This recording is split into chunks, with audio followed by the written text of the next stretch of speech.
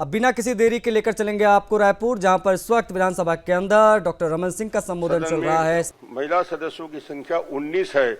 इस विधानसभा में प्रथम बार चुनकर आए हुए सदस्यों की संख्या 51 है। महोदया जी, संसदीय लोकतंत्र का उद्देश्य लोक कल्याण और जनसेवा के लिए है।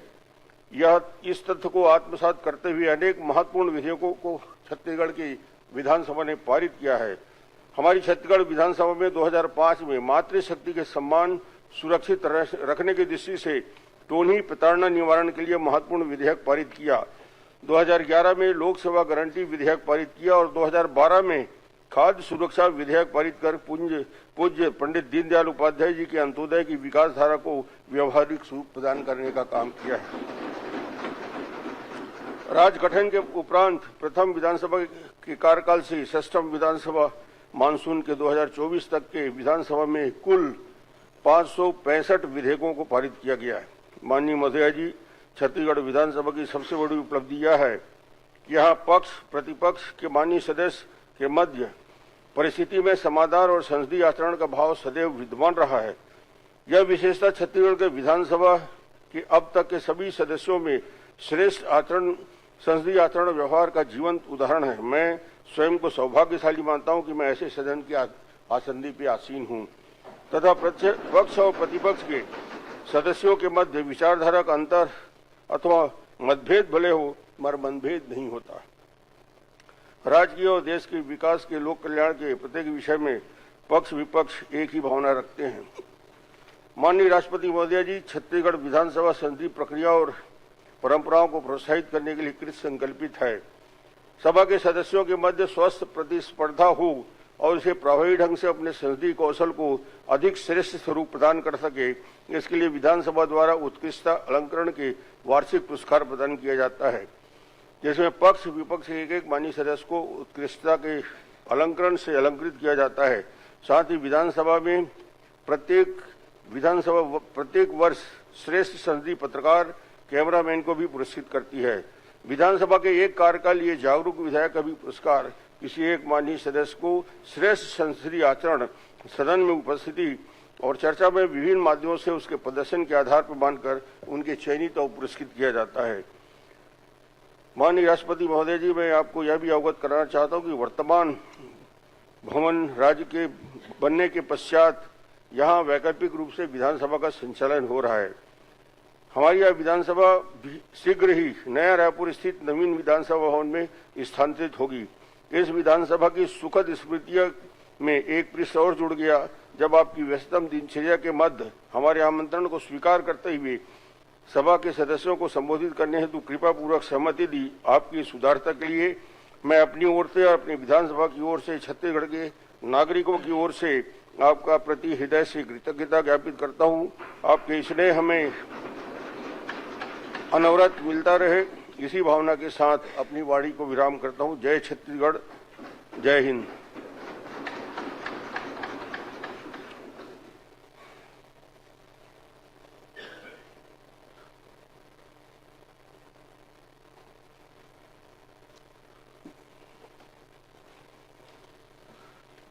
माननीय मुख्यमंत्री जी और माननीय नेता प्रतिपक्ष,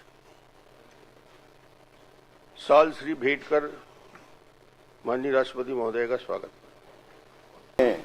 राष्ट्रपति महोदया, माननीय राज्यपाल महोदय, माननीय विधानसभा अध्यक्ष महोदय, आदरणीय नेता प्रतिपक्ष जी, सभी हमारे मंत्रीगण, विधायकगण, सभी अधिकारीगण, आप सभी को जय जोहार।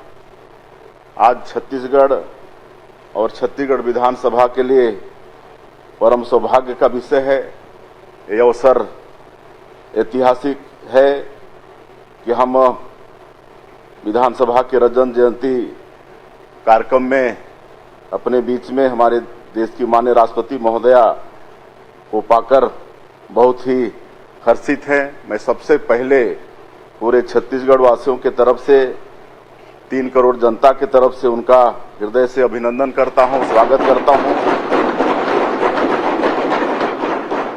साथ ही हमारे आदरणीय राज्यपाल महोदय श्री रमन डेका जी, सम्मानीय विधानसभा अध्यक्ष आदरणीय डॉक्टर रमन सिंह जी, नेता प्रतिपक्ष आदरणीय डॉक्टर चरणदास महंत जी, विधानसभा के सभी सदस्यगण, आप सबका भी मैं इस अवसर पर हृदय से अभिनंदन करता हूं, स्वागत करता हूं।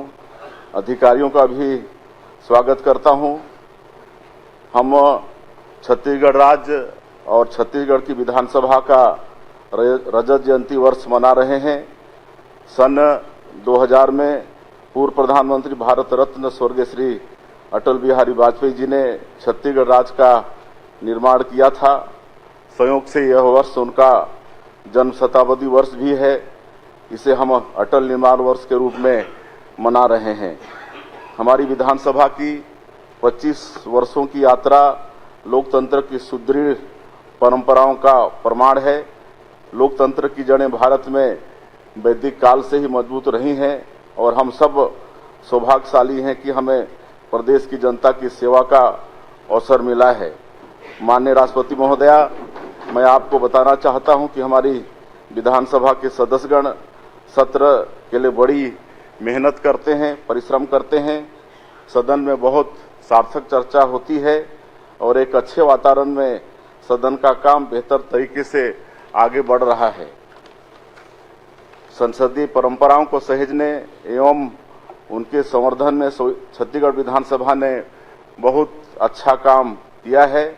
हाल ही में विधानसभा सदस्यों के लिए IIM रायपुर में पब्लिक लीडरशिप प्रोग्राम आयोजित किया गया था, जिसमें नेतृत्व और प्रशासन से जुड़े अहम विषयों पर काफी कुछ सीखने को मिला है। आज हम लोग का सौभाग्य है कि आप जैसे लंबे समय से राजनीति के क्षेत्र में विभिन्न पदों पर रहकर देश की सेवा की हैं, आज हम लोगों के बीच में उपस्थित हैं। आदरणीय हमारे देश के प्रधानमंत्री नरेंद्र मोदी जी कहते हैं कि सीखने की प्रक्रिया निरंतर चलनी चाहिए, इसका कोई उम्र नहीं होता। और आज हम लोग शिष्य भाव से आपको सुनेंगे और आपके अनुभवों का हम लोग लाभ लेंगे, मार्गदर्शन लेंगे और हम सभी मिलकर विकसित भारत और विकसित छत्तीसगढ़ के निर्माण के लिए संकल्पबद्ध हैं। मैं फिर से एक बार आपका पूरे छत्तीसगढ़ की जनता की तरफ से बहुत बहुत स्वागत अभिनंदन करते हुए और आप अपने व्यस्तन समय में से समय निकालकर हम लोगों को आशीर्वचन देने पधारे, मैं बहुत बहुत आपका हम आभारी हैं। धन्यवाद। माननीय राज्यपाल महोदय से उद्बोधन हेतु अनुरोध करते हैं। चलिए लखनऊ के बाद सीधे आपको छत्तीसगढ़ लिए चलते हैं, जहां विधानसभा में राष्ट्रपति द्रौपदी मुर्मू संबोधित कर रही हैं। सुनवाते हैं। विधानसभा के रजत जयंती वर्ष के उपलक्ष्य में आयोजित इस विशेष समारोह में उपस्थित छत्तीसगढ़ के राज्यपाल श्री रमेन डेका जी, विधानसभा अध्यक्ष डॉक्टर रमन सिंह जी, छत्तीसगढ़ के मुख्यमंत्री श्री विष्णुदेव साय जी, छत्तीसगढ़ विधानसभा के नेता प्रतिपक्ष डॉक्टर चरणदास महंत जी, विधानसभा के माननीय सदस्यगण, गणमान्य अतिथियों, देवियों और स्वजनों, नमस्कार, जय जोहार। छत्तीसगढ़ विधानसभा के 25वां वर्ष के उत्सव के गाड़ा गाड़ा बधाई बधाई बधाई। छत्तीसगढ़ राज्य में लोकतंत्र के इस उत्सव में आप सबके साथ शामिल होकर मुझे बहुत प्रसन्नता हो रही है। छत्तीसगढ़ राज्य की स्थापना तत्कालीन प्रधानमंत्री श्रद्धेय श्री अटल बिहारी वाजपेयी जी के असाधारण मार्गदर्शन में संपन्न हुई थी। इस अवसर पर हम सब उनके प्रति आभार व्यक्त करते हैं और उनके सम्मान में सादर नमन करते हैं। आप सबके बीच आकर मुझे ओडिशा विधानसभा में विधायक के रूप में अपने समय की यादें ताज़ा हो रही है। मैं अपने अनुभव से ये कह सकती हूँ कि विधायक की जिम्मेदारी निभाना जन सेवा की भावना से प्रेरित व्यक्ति के लिए बड़े सौभाग्य की बात होती है। विधानसभा राज्यों के निवासियों की आकांक्षाओं को व्यक्त करते हुए और उन्हें कार्यरत करते हुए देखने को बहुत उत्साहित जनता होते हैं। विधानसभा राज्यों की संस्कृति में प्रस्तावित होते हुए और उसी दिशा में प्रदान करती है। इस विधानसभा के इतिहास के बारे में जानकर ये मान्यता और भी मजबूत हो जाती है कि छत्तीसगढ़िया सब ले बढ़िया। इस विधानसभा ने लोकतांत्रिक परंपराओं के उच्चतम मानक स्थापित किए हैं। छत्तीसगढ़ विधानसभा ने सदन की कार्रवाई के दौरान वेल में आ जाने वाला सदस्यों के संयमित विलंबन का असाधारण नियम बनाए हैं तथा उसका पालन किए भी है। मुझे ये जानकर भी बहुत प्रसन्नता हो रही है कि 25 वर्षों के दौरान कभी भी मार्शल का उपयोग नहीं करना पड़ा। छत्तीसगढ़ विधानसभा ने केवल शेष भारत ही नहीं बल्कि विश्व की सभी लोकतांत्रिक प्राणियों के सामने श्रेष्ठ संसदीय आचरण का अनुपम उदाहरण प्रस्तुत किया है। इसके लिए छत्तीसगढ़ विधानसभा के पूर्व तथा वर्तमान विधायकों की जितनी भी तारीफ किया जाए, प्रशंसा किया जाए, कम है। माननीय सदस्यगण, छत्तीसगढ़ राज्य के मातृशक्ति का रूप कहा जा सकता है। जैसे कि आप माता शबरी का उल्लेख किए, जैसे भारत माता के नमन करते हुए हम सभी भारतवासी वंदे मातरम कहते हैं, ऐसे ही इस सुंदर राज्य के सम्मान में गाया जाता है जय जय छत्तीसगढ़ मोहतारी भारत के साक्षात चिन्हारी। ये राज्य सही अर्थों में भारत माता का साक्षात प्रतीक है। नारी शक्ति के संदर्भ में छत्तीसगढ़ की महिला विभूति मीना माता का पूर्ण स्मरण सहज ही आ जाता है। भारत के संसदीय परंपरा में उनका बहुत ही सम्मानित स्थान है। वे पहले लोकसभा के कार्यकाल के दौरान छत्तीसगढ़ के अंचल से संसद में जाने वाली पहली महिला जनसेवक थी और लगातार 5 बार लोकसभा में सांसद बनी थी। स्वयं वंचित वर्ग से आने वाली मिनी माता ने लोगों के कल्याण और उत्थान के लिए निरंतर कार्य किया था। मुझे बताया गया है कि इस सदन में 19 महिलाएं विधायक हैं। वर्ष 2023 के विधानसभा चुनाव में महिला मतदाताओं की कुल संख्या पुरुषों की अपेक्षा अधिक थी। इस प्रकार इस सदन को छत्तीसगढ़ की माताओं, बहनों और बेटियों का विशेष समर्थन प्राप्त हुआ है। मैं विधायक बहनों से अनुरोध करती हूं कि आप सब जीवन के हर क्षेत्र में कार्यरत अन्य सभी बहनों को अपने आगे बढ़ाने के लिए सदैव तत्पर रहें। जब आप सभी बहनें राज्य में विभिन्न क्षेत्रों में कार्यरत महिलाओं को आगे बढ़ाएगी तो उन महिलाओं पर सबका ध्यान जाएगा और उनके विकास में मार्ग प्रशस्त होगी। चाहे वो शिक्षक हो या अधिकारी, समाज सेविका हो या उद्यमी, वैज्ञानिक हो या कलाकार, मजदूर हो या किसान, प्रायः हमारी बहनें दिन प्रतिदिन की घरेलू जिम्मेदारियों को निभाते हुए तथा कठिन संघर्ष करते हुए बाहर की दुनिया में अपना स्थान बनाती है। जब सभी बहनों एक दूसरे को सशक्त बनाएगी तो हमारा समाज और भी अधिक मजबूत और संवेदनशील बनेगा। इस सदन में सभी विधायकों को, विशेषकर महिला विधायकों को ये प्रयास करना चाहिए कि अगली विधानसभा में महिला सदस्यों की संख्या में बढ़ोतरी हो। महिला विधायकों की संख्या में वृद्धि नारी शक्ति बंधन अधिनियम की भावना के अनुरूप होगी। प्रत्येक क्षेत्र में महिलाओं की बढ़ती भागीदारी वुमेन लेड डेवलपमेंट यानी महिला के नेतृत्व द्वारा विकास की हमारे राष्ट्रीय सोच को भी कार्यरूप देगी। छत्तीसगढ़ में 80% लोग ग्रामीण क्षेत्र में रहते हैं और उनका जीवन मुख्यतः कृषि पर आधारित है। लगभग 32% आबादी अनुसूचित जनजाति के लोगों की है। राज्य के 2.5 करोड़ से अधिक की आबादी में महिला और पुरुषों की संख्या लगभग बराबर है। राज्य के कुछ अंचलों और समुदायों में महिलाओं की संख्या पुरुषों से अधिक है। 951 के सेक्स रेशियो के साथ छत्तीसगढ़ के उन राज्यों में है जिन पर हम गर्व कर सकते हैं।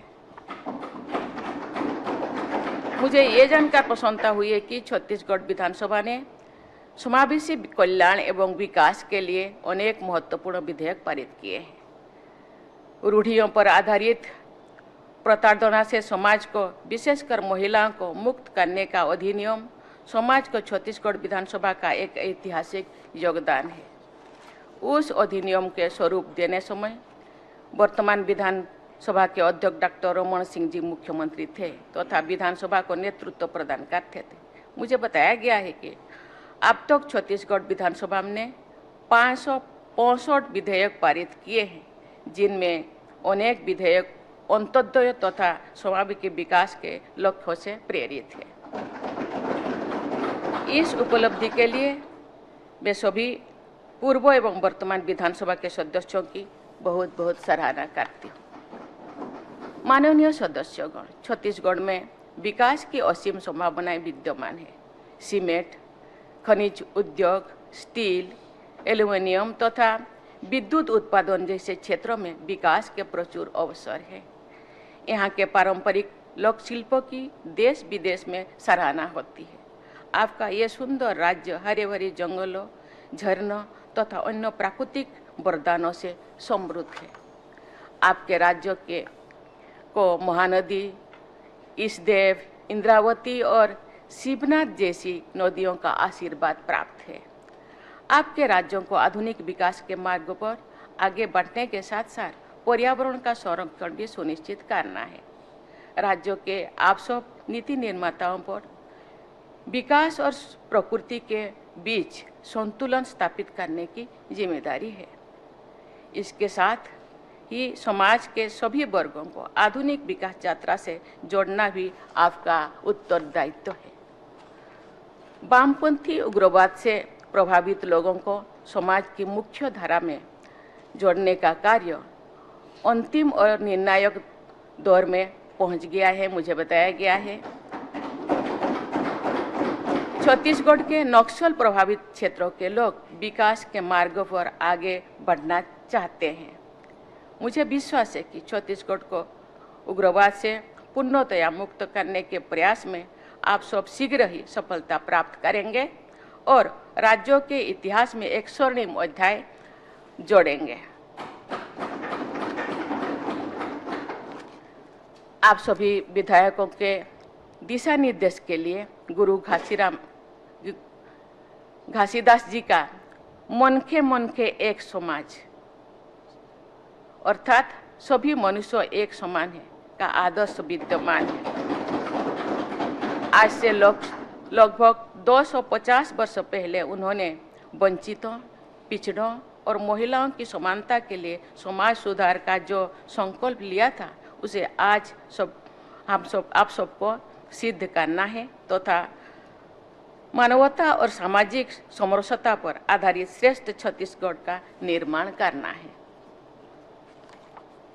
मुझे विश्वास है कि छत्तीसगढ़ की विधानसभा राज्य की समग्र उन्नति और समुचित दिशा प्रदान करती रहेगी। जिस तरह आप सब ने आदर्श विधानसभा का उदाहरण प्रस्तुत किया है, इसी तरह आप सब आदर्श राज्य के रूप में विकसित छत्तीसगढ़ का आदर्श भी प्रस्तुत करेंगे। मैं